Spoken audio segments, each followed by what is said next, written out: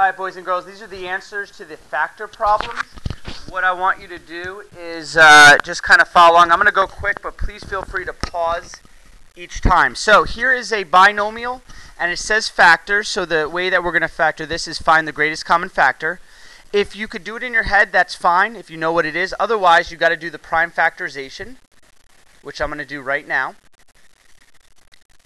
And of this, you got -1 and 48, 6 and 8. Guys, please move your seat. You can't see. 3 and 2, 4 and 2, and then finally 2 and 2. So I'm going to circle all the prime numbers that I get. So if I write the prime factorization of the first one, I get 2 times 3 times 3 times A times A times B times B. And the second one is -1 times 2 times 2 times 2 times 2 times 3. So, times A times B, and then there are 3 C's. So the prime factorization will show me, if I can look to see what they both have in common. They both have a 2 there. They have a 3 here and here. They have 1A and 1B.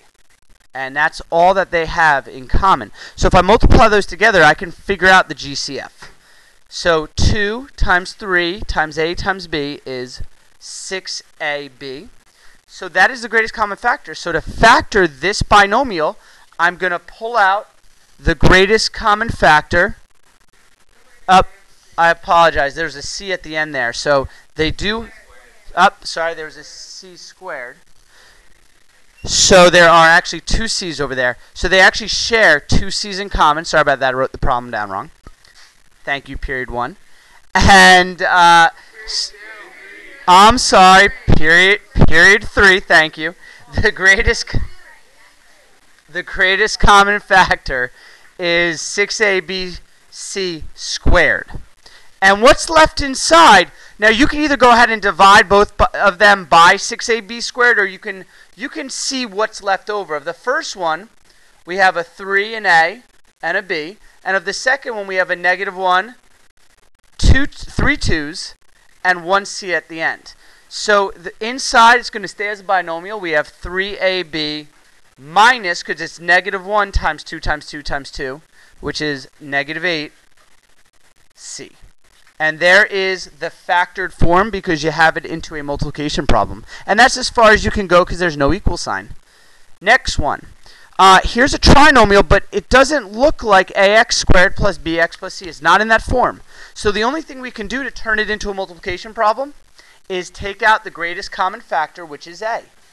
They all share an a. So if I divide every single one of them by a, I'm left with 1, because a divided by a is 1, plus ab plus bc. And this is my factored form. It's as far as I can factor it.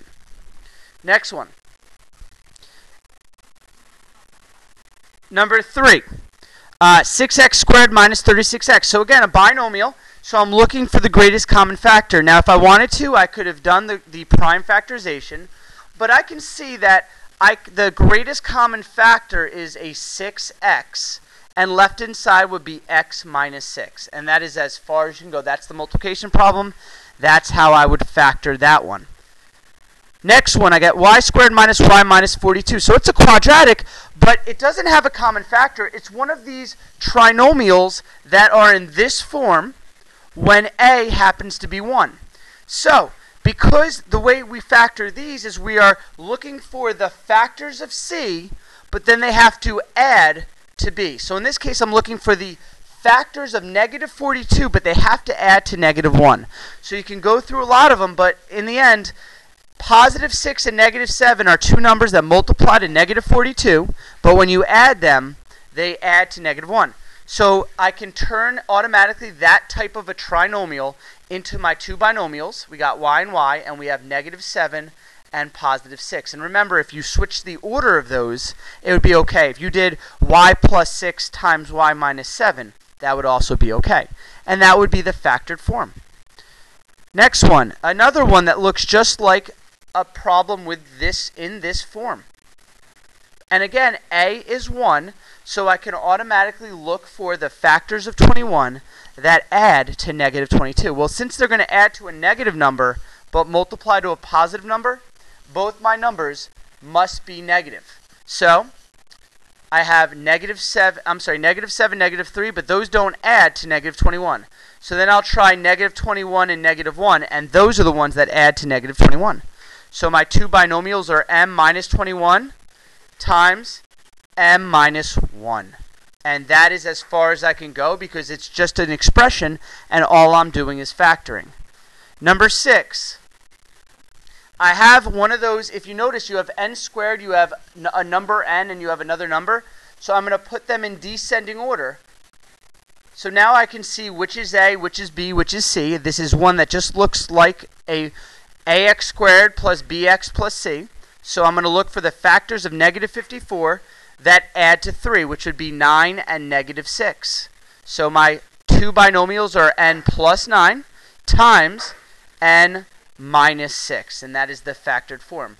For the challenge one, don't worry if you didn't get it, but this is just like the homework that we had. So because the first number is a, I have a and a. And then I told you to ignore this part of it. Ignore that for a second and just look at the 5. I'm looking for the factors of 4b squared. So I know for sure that they're going to have a b and a b, because b times b is b squared.